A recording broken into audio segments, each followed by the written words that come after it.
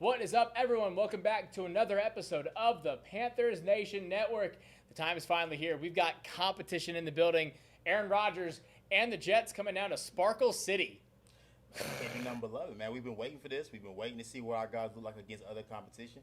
I mean, from what I heard today, things went pretty well. So, I mean, I'm excited to see what the preseason game looks like in the next few days. Yeah, Jason, I know you've been running around, but what did you hear about today that kind of struck out to you? Well, really, I heard the defense showed up. Kamaru's name came up a lot. He made some big plays. And I will tell you the excitement from what I hear from Aaron Rodgers giving kind of kudos to Bryce Young. That was a big one for us today, where he really made it solid and said Carolina's in good hands. Yeah, I mean, there was a crap ton of people out there, like the most that I've seen at all, and the most that a lot of fans said they had seen in a while, and it made sense why. And it honestly was a great look. The only thing that I was upset about was Sauce Gardner not playing all day and having that injury. Man, at some point, like they're not gonna give up all the goods. It's preseason. He's already been proven. If they had any reason to hold him out, that's what they're gonna do. But I mean, other than that, I mean, I still like what I saw for some of our guys. Mingo being one of those, especially. He's a guy that I've been talking about for the last few days. Like over the past weekend when we were there, he was the guy that flashed the most to me. And so far, I mean, look at the unofficial depth chart. He's a guy that's definitely impressing the coaching staff as well. And if you roll back the tape on that, I think we were talking about how in those wide receiver drills, Mingo was running in that second spot, and lo and behold, he's sitting there in that Z position. Now, of course, it's an unofficial depth chart before preseason even starts. It is loaded with discrepancies and controversies and things that aren't laid down. But were there any other shockers for you, Jason, in terms of things that you saw on that unofficial depth chart? I mean, if anything, I think it was on the defensive side of the ball. Seeing Yatur Matos backing up Brian Burns coming in number two, I thought that was a big win for him. We've been critical of him over the last couple of years. His kind of coming out parties. It looks like he's starting to make progress. And also the bond between Burns and Houston. Like if you heard Burns talking to his presser today, he was really talking about how Houston's coming and already made an impact. So really excited. I mean, you put it in the text chat. I think we have bar none top five linebacking core in the league, if not top two. See, I might have to reword that for context. That was a joke that I was saying we had the best linebacking core in 2016 with Deion Jones and Justin Houston. But you know what? I'm looking at it, and we've kept talking about the lack of experience in the linebacker group and the lack of raw power. And sure, they're on the older side, but I mean, Justin Houston had 9.5 sacks last year for the Ravens. That's ridiculous. Right, and considering how we're projected to use him, I mean, obviously he's going to be a rotational guy. We're not going to give him heavy snaps. So he's going to be brought in a situation where he's going to be in a pass rush mode. So, again, I think we have a – I'm glad to see Torgos Matos making waves enough to still be in the second string because, you have guys like Amari Barno who are buried at the back of the depth chart. Brandon Smith who are buried at the back of the depth chart.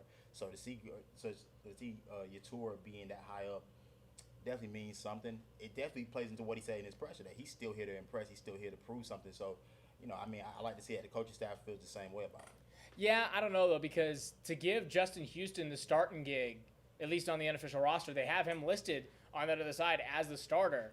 To me, I feel like that's a slap in the face of Ambutur because this guy has been on the team for literally less than 24 hours by the time the depth chart had come out. I mean, he hadn't even been a part of a padded practice yet. He was walking around yesterday, just, in street clothes. So to already be put behind in that second spot when you were going to say, I'm the one that's going to be other side of Brian Burns, kind of a slap in the face, but, Frank did also say in his pressers that he's going to get rotational snaps. He's going to get that role. So if anything, that should just lead you to believe or to understand how illegitimate that unofficial roster is and how unofficial it is.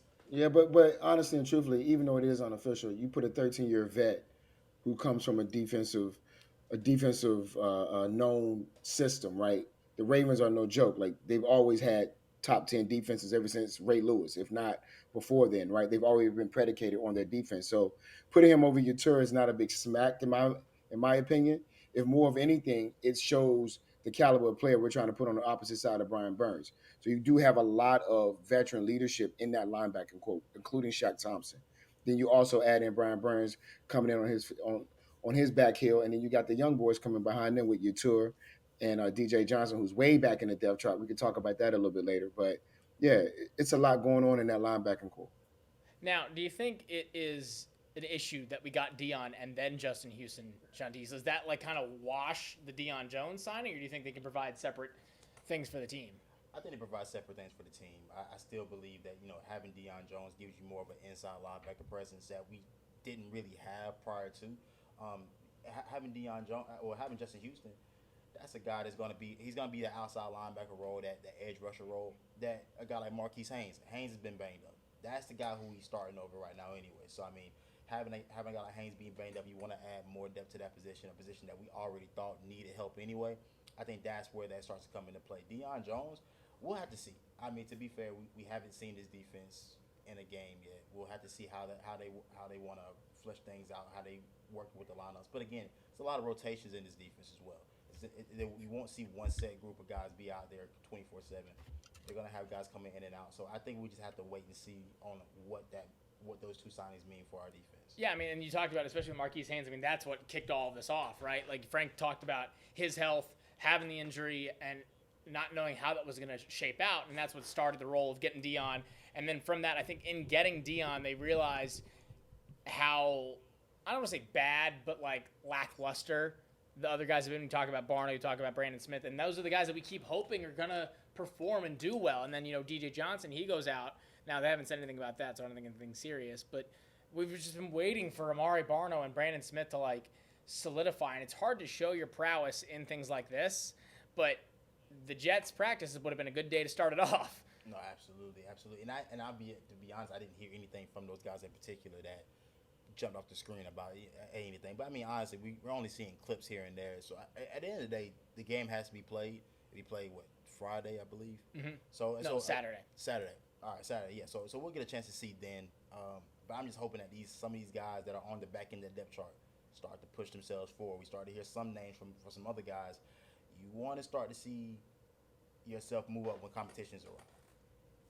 Yeah, I think what you're seeing right now is the precipice of what is to come for the season. I'm really intrigued to see how we do match up against those receivers coming out of New York. I think that's going to be a big task for our secondary. I mean, let's not mince words. They have one of the best wide receiving corps in the AFC, if not the NFL. So to put our guys up against that, and to try to see what we actually, to your point, Shantice, what do we have in the tank in the depth chart, right? We need to understand what that looks like, because at the end of the day, we're going to get tested. If you look at our schedule this year, I think we're going to get tested a lot more in those deep threats. Because last year we gave up big yardage in pivotal schemes. So it's going to be interesting to see what we look like against the Jets coming up. Yeah, I mean, already even they saw the stuff today. Yeah, our safeties weren't really getting much help out there. Alan Lazard was kind of carving it up a little bit. There's a couple definitely what we were afraid of, those in the middle routes, those go routes. They're going deep where we're not really sure how our guys are slated. I mean, you saw Chin at nickelback. That was his spot in the depth chart. And you saw it today. Von Bell was kind of left out on an island there a couple times.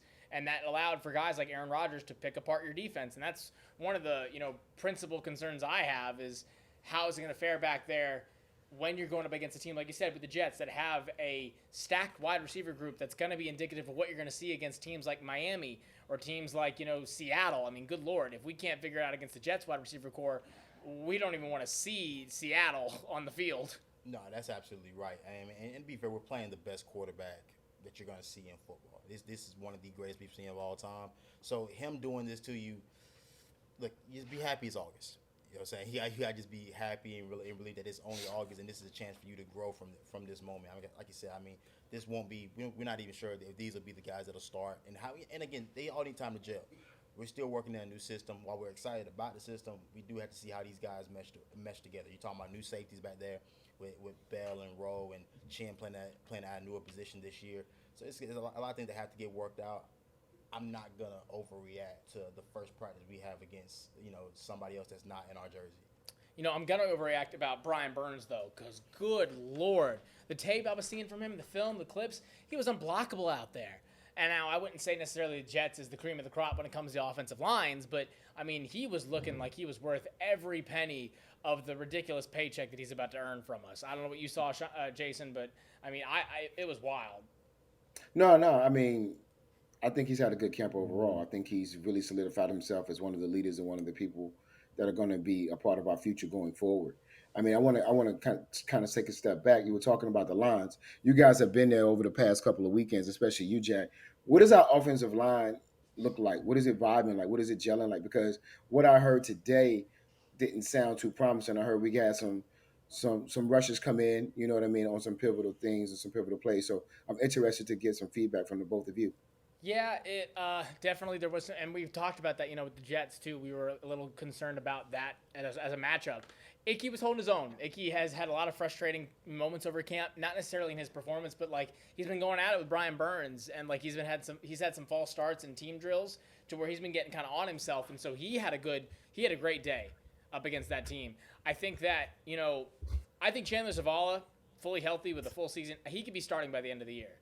I think, and come, regular season, when we're trying to figure out what we're going to do with Corbett, because it seems like he probably will still be a few games into the regular season before he's fully healthy, I think he'll provide a big role. He's looking succinct out there. The chemistry is already as undeniable as we thought it was going to be between him and Icky. I think it's still, obviously, working off the injury, missing a lot of minicamp. He still has a ways to go to get acclimated to the system. Outside of that, I think, they're not seeing as much from guys like Cade Mays as they want to. There's Nash Jensen has been a guy that's popped off. We weren't really expecting him. That was the undrafted rookie. He's been kind of showing his prowess. So that shows that I think that we have depth. It's about kind of sharpening and defining that depth, because obviously Bozeman we know we're going to be fine with. Moten is going to be a workhorse. We're going to be all right with him. Christensen's still one of your bigger question marks, and I'm not necessarily surprised about that. But I think it's about how Corbett comes back, how healthy he looks. And then I think behind them, if you get guys like, because you still have Irving, you got Michael Jordan, which is still funny to say. You got Nash Jensen, you got Cade Mays, and you got Zavala. That's a solid second line behind you. Yeah, absolutely. And I will say, like, even in watching them do one-on-ones and team, the defensive line for us has seemed to get the better of them for the majority.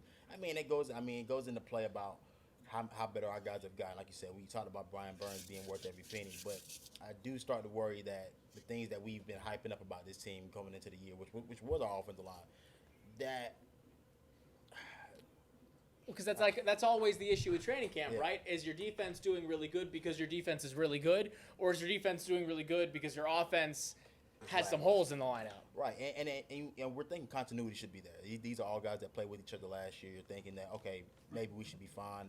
Camping stayed, so you're not switching out O-line coaches. Maybe it's the system. I can't assume the system is that much different to the point where you would be struggling this much.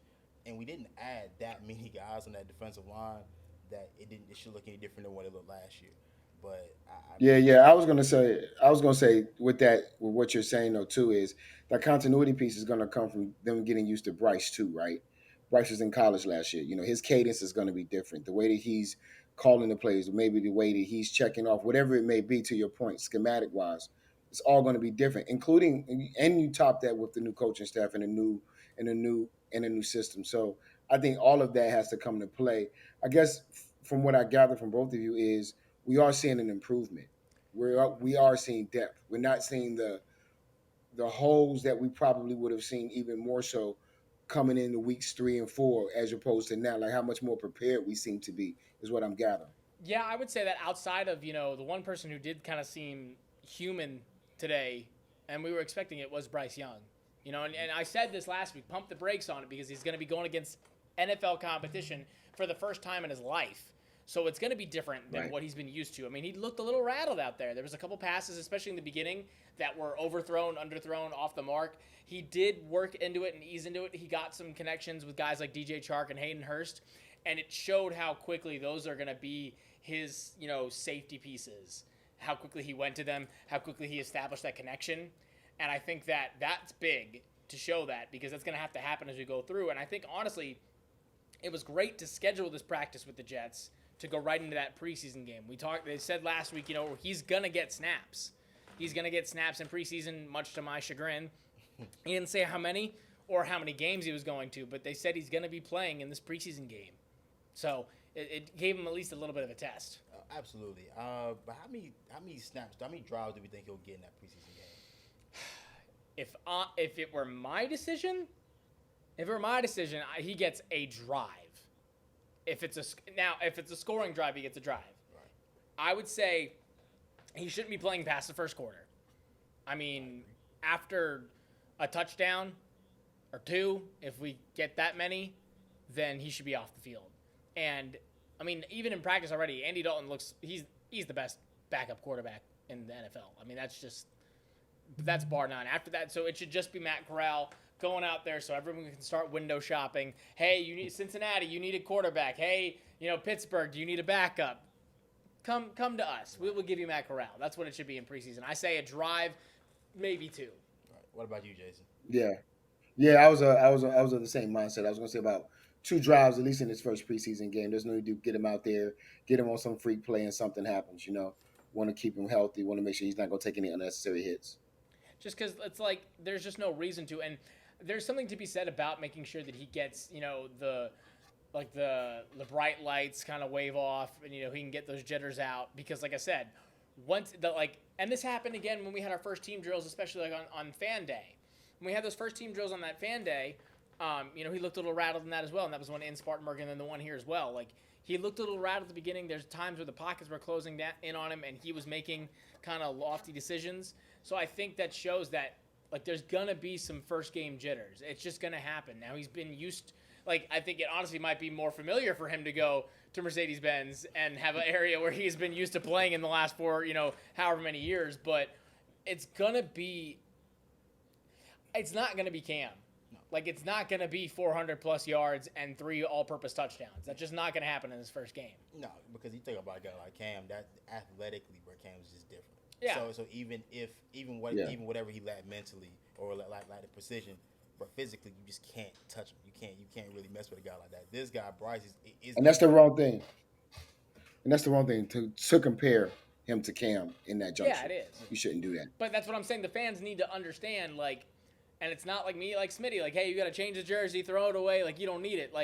But you got to understand that he's not going to come in the way Cam in. And I think that's the problem with such a young franchise is we've only ever had one quarterback drafted this high outside of, we're not talking about Jimmy Clausen. We're not going to mention that, all right? We've only had one franchise quarterback that's been drafted in our entire tenure outside of, getting Kerry Collins in the draft. That was the only other time we drafted a guy of this caliber this quickly. So the expectations, I'm afraid, are going to be a bit flawed because they're expecting that kind of performance. Now, and also, people keep asking me this, who's going to have a better rookie year? He doesn't need to have a lights-out rookie year for this team to be good. Already, he has a better offense around him than Cam, quite honestly, ever had. I mean, if we're really breaking it down. Yeah, exactly. I mean, we're not asking him to be a guy that has to throw for 4,000 yards or 25-plus touchdowns. We're asking him right now to come in and run a system. This is going to be I imagine this is going to be a run-heavy system. I looked at what Frank Wright did in Indianapolis. He's going to lean on the run game. He leaned on Jonathan Taylor in years past. Miles Sanders, Chuba Hubbard, those guys are going to get the majority of touches. Having tight ends in the system right now that can help you out, like a Hayden Hurst. Hopefully, you start to see Ian Thomas, Tommy Tremble, whichever one of those guys can take that number 2 role at the tight end position. You want to see those guys be able to contribute. And even what Frank said about the offense in general, they don't have a bona fide number 1, but they're looking to use everybody's skill set to their advantages. So, I mean, they're not – this is not a one-man show asking a guy to carry this team. This is a well-rounded effort, a well-oiled machine that you're trying to operate here. Now, I will say, as far as the offense goes, there's still one guy, and I've said it the past couple of weeks because I've seen less and less of him as we've gone on, and whether it's health issues or just how they're running up. But, when I was there on what day was it? It was on Tuesday? No. When I was there on Sunday. When I was there on Sunday, every rep I saw was Chuba Hubbard. Miles was getting a vet day that day, so obviously it was all Chuba Hubbard. But then as I saw it continuing on Tuesday, it was Chuba as well. He was continuing to get a lot of reps. I'm starting to grow concerned about Miles Sanders' performance and his output and what we're going to get from him.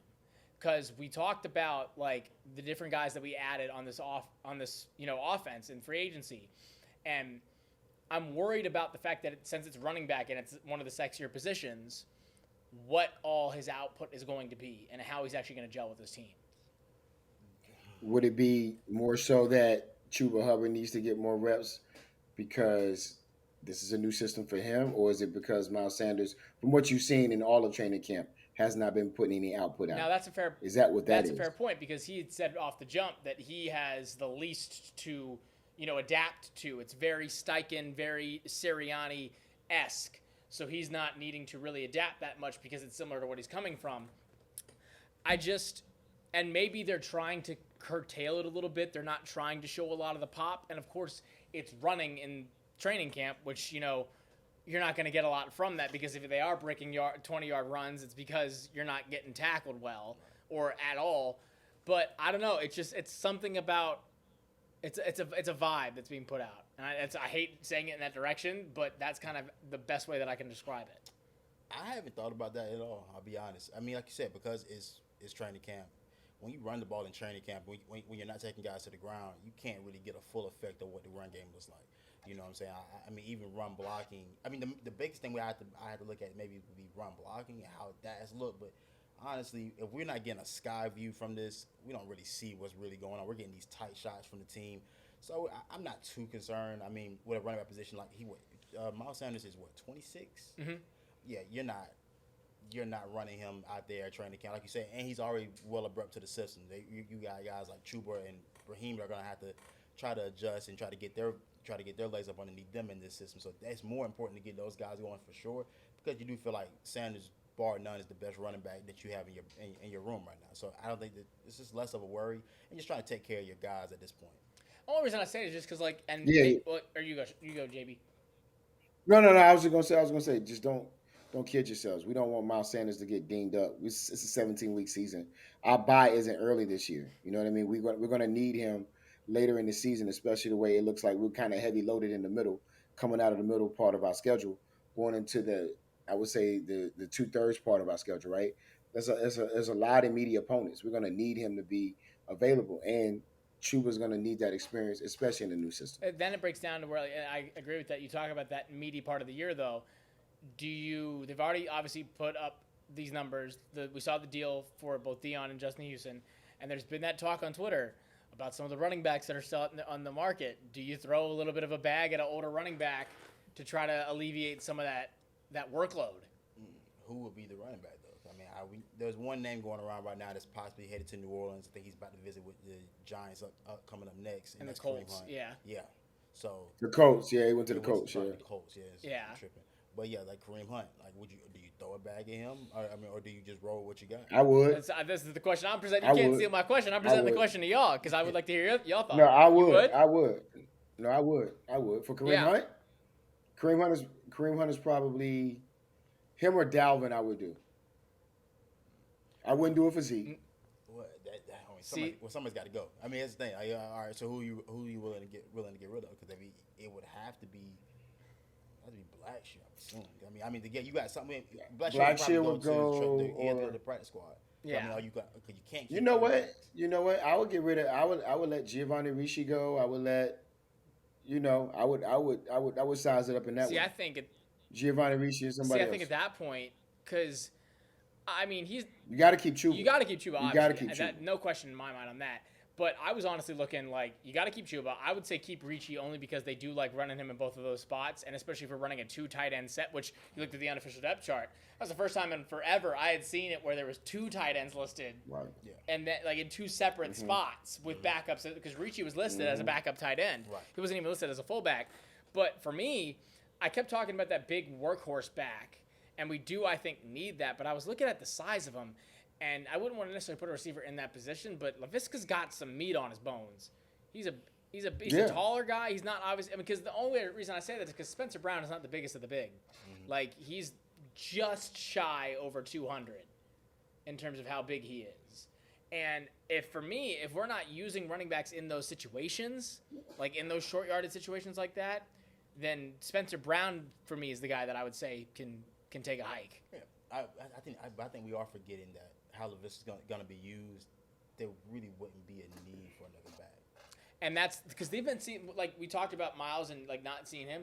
We've seen a lot of design runs for Laviska already off the jump, which just makes sense because you need to put those in there. You need to make sure that you've got those squared away because he's going to play that kind of role. Right. And so I think that you don't really. It was just funny to hear people talking about it because I think there's still people that say we're going to make another signing, like even into the defense, even after this. Well, you're gonna need it. You're gonna need multiple backs, and you know how it's gone the past couple of seasons by week 4, week 5, people are losing their starting running No, backs, and they're losing them for the yeah. season. So if history repeats itself, you're gonna need to have another workhorse in the stable. I would say Dalvin is probably out of our budget, Oh, but you could probably without a get a doubt. Kareem Hunt. Yeah, we can't afford Dalvin. Zeke, I think, would be desperate enough per se if he doesn't get anything from like the Patriots and he just wants to play. I could see that happening. I would just be interested to see how they would want to go about doing. So I think like if it's not any of these positions, I think they are going to do something in season. Right. Like I said, we talked about that so much about how Hmm. pivotal that was for those Super Bowl caliber teams. And if they get through that like first half of the year and feel like, okay, we can make a push, like the South is imploding, the rest of the NFC isn't really up to snuff. Like if they feel like they can actually make a postseason push, I see them doing that something big like that. Whether it's in the defensive back group, whether it's in obviously we don't need wide receivers. We've got too many to count. Damiere Byrd getting injured sucks. That's awful. It does solve a problem in and of itself because someone needs to go from that wide receiver room. Right. And, that means you're giving up a guy like Shi Smith. You're sending Derek Wright or Gary Jennings to, the practice squad when those are both easily, like, good backup guys. Right. I like Gary Jennings. Everything I've seen from him has been solid. He's definitely impressed. I mean, he's that guy that, for the last couple of years has been Derek Wright, it's been C.J. Saunders, but neither one of those guys have truly made a push. And we still have both of them. Yeah, we still have both of them. So, but Gary Jennings is clear. I think he's leapfrog both of those guys in terms of like, if I gotta pull a guy up to play for me today, he definitely be the guy that I'm calling up. Yeah, I think that if C.J. Saunders and Derek Wright provide the exact same thing for me. And for right now, that's a backup for Adam Thielen to just – that's all it is. It's just to fill in. All right, they can do exactly what Adam Thielen can do just 5 years later, and so put them in there. But for me, then if, God forbid TMJ goes down, Chark or Mingo go down, and you need that someone to fill a role, like I think that they're going to make sure that LaVisca stays in that hybrid role to prioritize and to justify having him on the team. But then for me, Gary Jennings has that same length, has that same build to be able to kind of fill in those roles for Mingo or Chark or whoever go down in that regard. Yeah, and he fits the mold of what they like at receiver. They seem to like the bigger receiver guys, the guys that can get vertical, that can make contested catches. Gary Jennings fits that mold, so he's definitely going to be a guy that would slide right into that position if need be, and then be able to perform, hopefully, up the par to the standard. Yeah, but I think it'd be interesting to see going forward. On the offense, though, Jason, what were some of the things that you were intrigued about in the last few days that you've seen? I mean, for me, I think the surprising thing is Marshall. He hasn't come to the fruition we thought he would be by now, in my eyes. Right? This is his year right now to really show up. Right? And he hasn't, in my opinion. I haven't heard anything other than he's been consistent. Well, everybody's consistent at this juncture. Right? You need to see something more from him. Mingo's come in and made his name and his presence felt, and it ain't no turning back for that, right? Like for him, the sky's the limit for him. He can become a go-to next to Thielen. So from that perspective, I don't know if we use Marshall and Corral as a package to go for something bigger, right? There is a question around that, right? We could actually do that. So then if you were to do that, though, what are you looking for? What are you looking to get out of that? It would depend on what we need at the moment. Like if we're talking midway through the season, if we've got some decimating injuries that we need to fill a gap, let's go out there and trade for a big name that may need to play. Or right now, before we get started. I mean, if we get to the final preseason game and we see some needs, maybe go for another edge rusher. Now that because like in season, Corral, if he's not off the team by week 1, I don't think he gets shipped off anywhere. I think his value and his allure. I disagree. I think his allure deteriorates after the preseason. It depends on how he performs, though. I guarantee you by week 4, week 5, there's going to be an injury to a quarterback, and Corral's going to be. They're going to call him Corral. Guaranteed. Every season it happens. I mean, he's right. And to be fair, it's all going to depend on how Corral performs in the preseason. And again, we're in no rush to have to ship Corral off. There's no rush for us. Of course. No, I'm just devil's advocate. Absolutely. I'm just playing devil's advocate. If he performs well, we're in the power position of let's sit and wait. Who needs something? If you got something we like, we'll come get it. But you need a quarterback, and quarterback we already know holds more value. So again, we'll be able to pull back. I would say if you're looking for another defensive back, especially at corner, because I'm still looking at this cornerback room like I don't love it.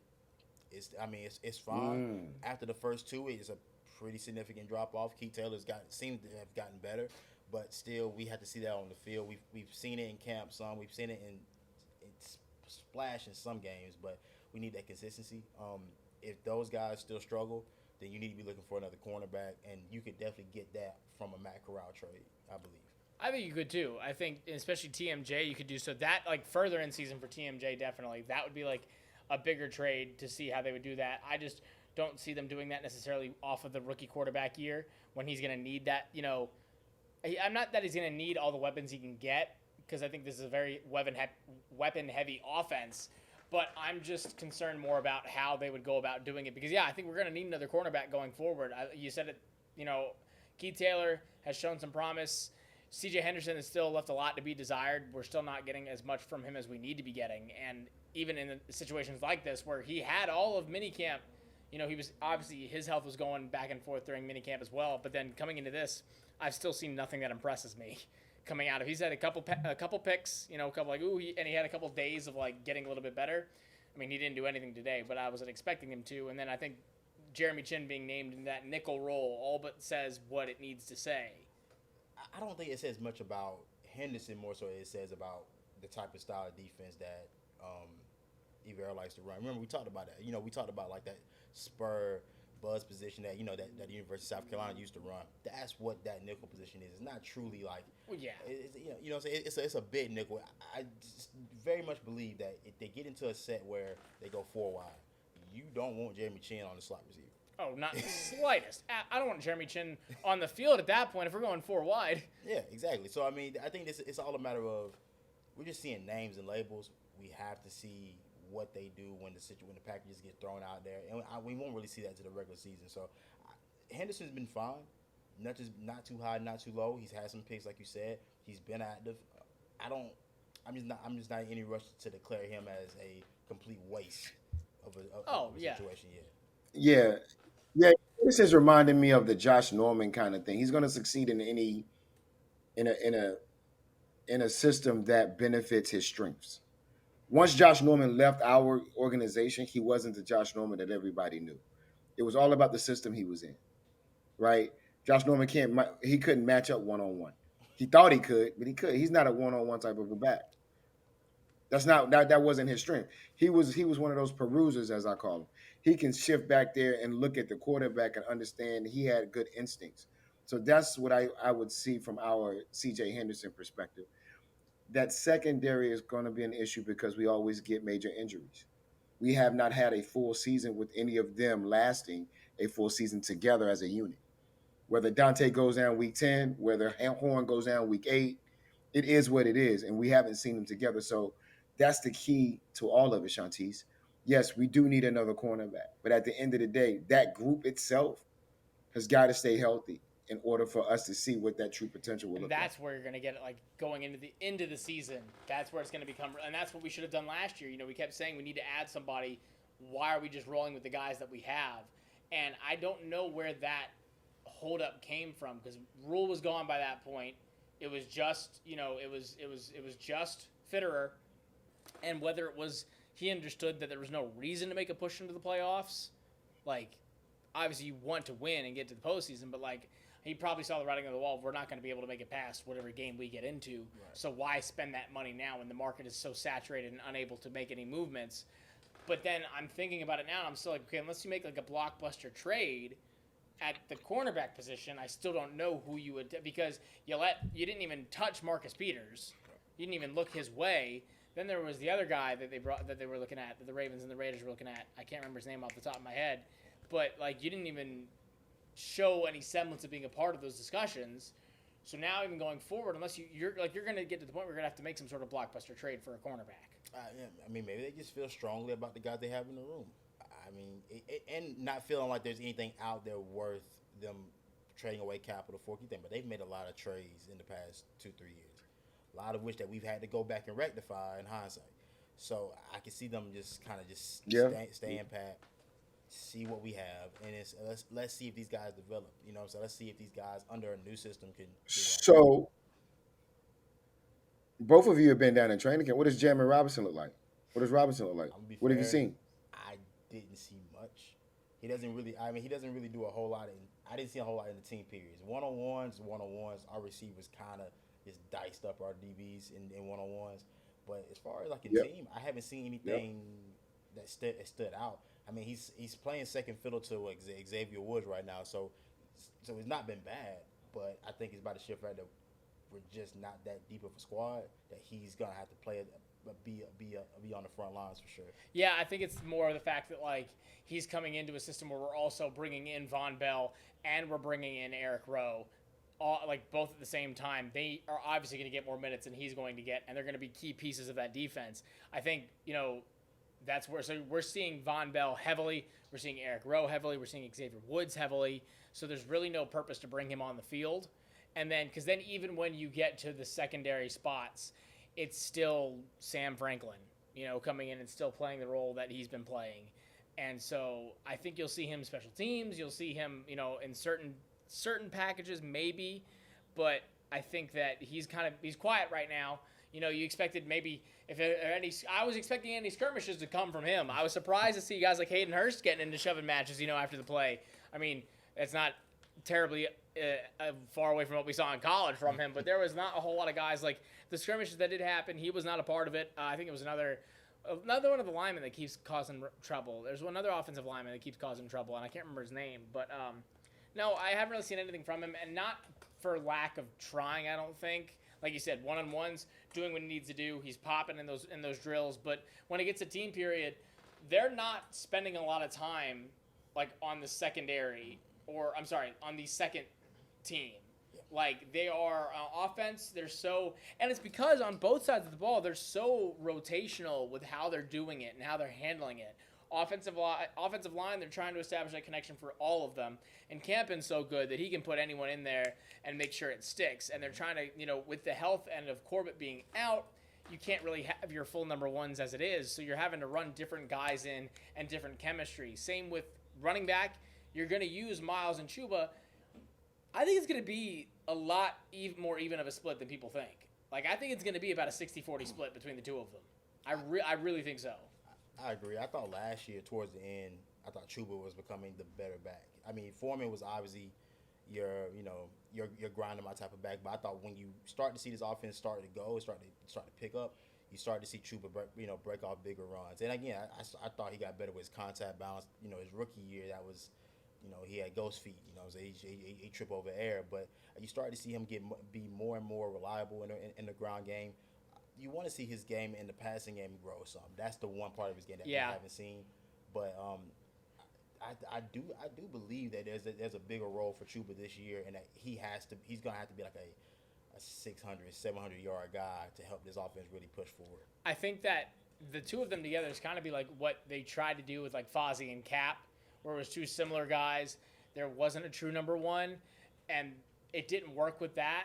I think it has a better way of working, because even if you think about the Eagles, I mean, that was one of Miles Sanders' biggest issues was his play call. Was his minutes on the field. They were using a lot of different running backs, and that was what got him out of Philly from the get-go. They didn't want to play me. It was his infamous quote in the Super Bowl, like, they played me more.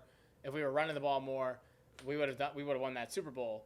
So I think he's unfortunately going to be in a similar situation where he's going to be splitting his minutes with Chuba, and not for, and that's going to be a good thing. And then, like I said, in terms of just the position, the tier list kind of way, offensively, wide receivers, obviously no true number one. Going into front sevens and linebackers, like I said, every time they do it, they don't necessarily have, it's almost like hockey, right?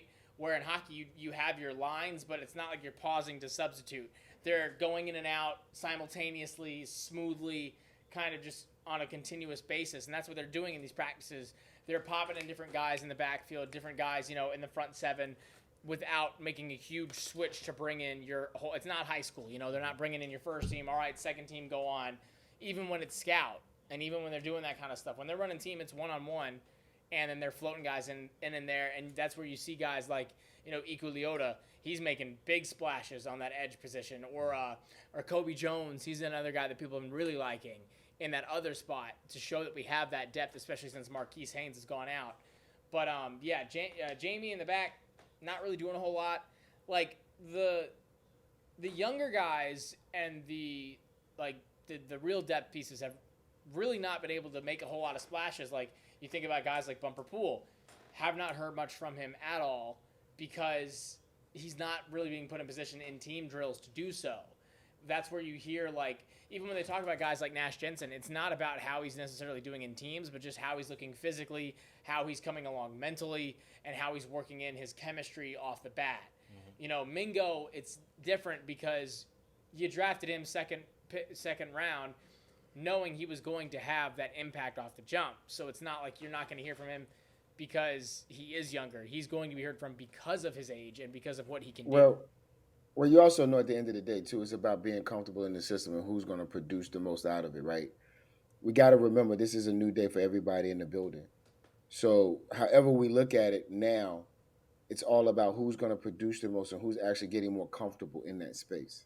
So everybody may not – so you talk about Chuba Hubbard, right? I agree with you 100%, Shantice. At the end of the season last year, he did surpass Foreman as somebody who was getting the job done, which probably ultimately was the reason why we made the decision we made at the end of the year, right? We complained about it because we thought Dante deserved a contract, but end of the day, truth of the matter is you're going to get a bigger Chuba Hubbard type of a back with Miles Sanders. So the two of them are going to complement each other. Yeah. They're going to complement each other very well. I've said it for the last 5 to 6 years. We've never been truly committed to running back by committee. You need that in the NFL today. I don't think of any team that has been successful going to the Super Bowl has not been running back by committee. If you don't have two running backs that complement each other, whether it's a Bangum and then a Dasher, or if it's just two that are very similar, it doesn't really matter. You need two of them, and I think that this would be a good duo. I also believe in that same space, even though we do have Laviska, we still may need another big back in there to help out. And I think that's going to be something we will be looking at probably mid-year, along with maybe a secondary person. But I think we're going to go for a back or an edge rusher before that. Okay. I would agree with that. I think that that's going to be one of those ones, like, if we had the perspective to make a Super Bowl run, which one would you want to prioritize over the other? To make a Super Bowl run? So we're talking between edge or running back? Yeah. Oh, I need a pass rusher. I gotta get to the quarterback because you gotta assume whoever you're playing the Super Bowl they have a good quarterback. AFC. So you're looking at Patty Mahomes. You're looking at Lamar Jackson, Lamar Jackson, Josh Allen, and Burrow. I want an edge rusher. Yeah, I want an edge rusher. I want to be able to get those guys on the ground, bro. Definitely keep those guys corralled in the pocket. We can run the ball with who we got. I like that. And hopefully our offensive line gets better and progresses. But yeah, give me an edge rusher for sure. I agree with that. Now I'm excited to see this. So Hard Knocks was out there. We knew they were going to be out there. So I'm excited to see once that episode comes out how much we're going to get. Yeah. I guess how much spotlight we're going to get. But I also would want to know if we were eligible. Is Hard Knocks something y'all want to come to Carolina for the full season? We don't have a choice. It's not if you're eligible. It's when it's your year. You do have a choice. There's multiple teams that have eligibility. And they say, like, they go to which one first, but you can say no. They might, if everyone else says no, they're like, so this year, everyone said no. No one wanted it. Jets said no, but they're contractually obligated to have it with the NFL, so they came around and said, no, all right, we're doing it. They chose the Jets. So, Jack, is that a choice? So, Jack, is that really a choice? Well, if someone else had said yes, then their choice would have been valid. I'm totally messing with you, but no. But no, I think, I don't want it. I don't want it. Not yet. Not yet. I don't mind it. I think it's only it's whatever you make it. I mean, the distraction level. I mean, like, bro, if you're a good team, trust and believe that this won't bother you at all. Like it's cameras around you every day anyway. Like that, everybody's literally watching every single move you make. It being on Hard Knocks, I can see it being a little irritating for sure. But, bro, like if you're a well put together team, then I don't see it being a real issue. Now I can see Frank maybe not wanting to do it since he's already had his stint with Hard Knocks before. I can see him not wanting to do it, but I also could see him if they had to do it, because they'll be forced to do it at some point. They're like, hey, look, he'll have a formula. I feel like of how to approach it. How to look at it each and every day, and just don't let the cameras get you acting out of character. Yeah, I know. I agree with that. I mean, we already get our own. You know, I watched Cam Confidential came out today. Right. You know, and it shows us like the different ways that we want to go about it. And I like the Cam Confidential. I love seeing it the way they do it. I still was a little kind of like blueprinty, where it was almost more thematic than it was analytical. Mm-hmm. So that's why I'm wondering to see if they're going to dive into it a bit more. You know, in the years past, it's given more insight to like the X's and O's. And I don't know if that's just something to do with the new coaching staff. You can definitely tell that Frank Reich used to be a preacher. That was very apparent in watching a lot of his speeches with the team. It was very sermon like. From a pastor's son, I was like, yeah, this sounds like a sermon. Absolutely. But like you said, yeah, like they definitely went more the thematic route. I will say, I mean, it was cool to see Deuce Staley chopping up with the defense, how those guys bark back and forth. But overall, I mean, you're not getting anything out of this for real. I mean, you're not getting any insight for real. I mean, it was cool to see, but I mean, it's fine. I mean, we've seen it every year to this point now. Yeah, we got to build a brand. I mean, that's the main thing now. We have to find our new identity, and that's the best way to do it. I was surprised with how much they gelled into this last Cam Confidential. It was like up till this past, like this current week.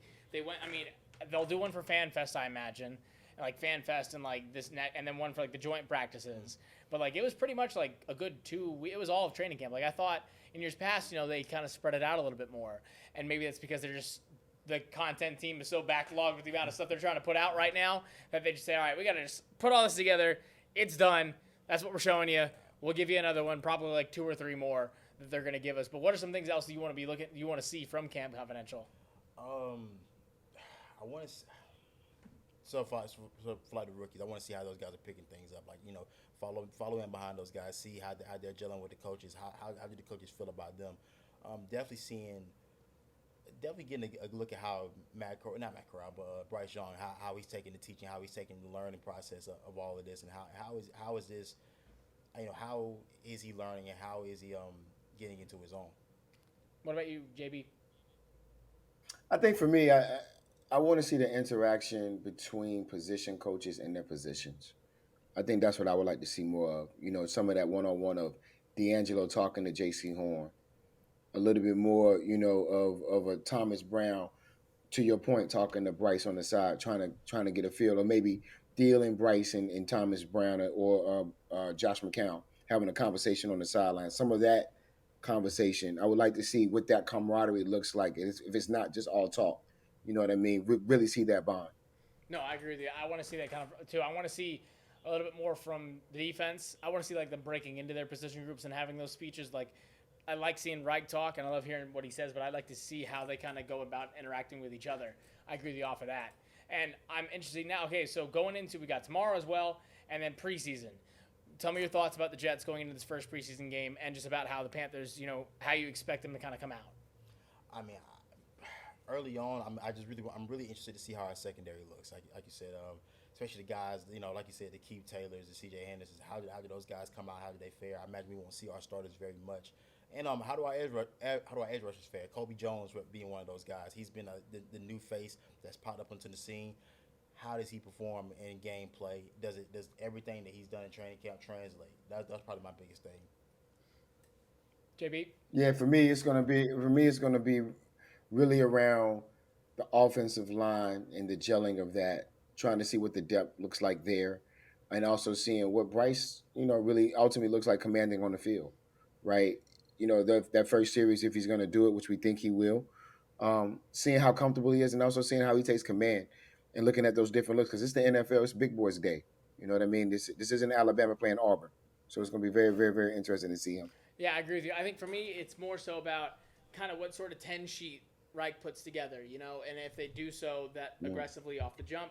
His, you know, the play calls that we've seen in the team periods, it's not that they've been conservative per se, but they're definitely not, you know, they're not showing everything that they have, and they're not, you know, going out of the lines with what they have. So I'll be interested to see what kind of offense he puts out there and how quickly they can put together drives. You know, I think it'll be interesting to see what all they do, how much they let loose, how long of a leash Bryce has, and how he can adapt to seeing that competition, seeing different colored jerseys coming at him, and kind of what that entails. So that's really what I'm looking for. But of course, Saturday, 4 o'clock, such a weird time for a preseason game.